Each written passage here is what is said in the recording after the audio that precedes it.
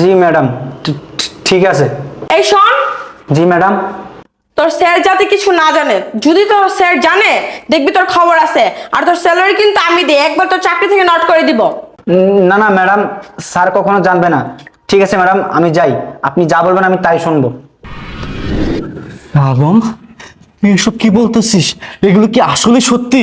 হ্যাঁ স্যার, আমি যা কইতেছি সত্যি কইতেছি স্যার। তুই এক কাজ কর, তুই যে করে হোক আমাকে উপরে নিয়ে যাওয়ার ব্যবস্থা কর। আচ্ছা স্যার। স্যার একটা বুদ্ধি পাইছি স্যার, ম্যাডাম কইছিল আমাকে আইপিএসটা নষ্ট হয়ে গেছে, একটা ইলেকট্রিশিয়ান লাগবে, আপনারা আমি ইলেকট্রিশিয়ান হিসেবে নিয়ে যাইতে পারি। তাই কর। স্যার তাইলে আপনি ব্লেজারটা খুলে আর ব্যাগটা আমার কাছে দেন স্যার। অবশ্যই, ধর। দেন স্যার, তাড়াতাড়ি দেন।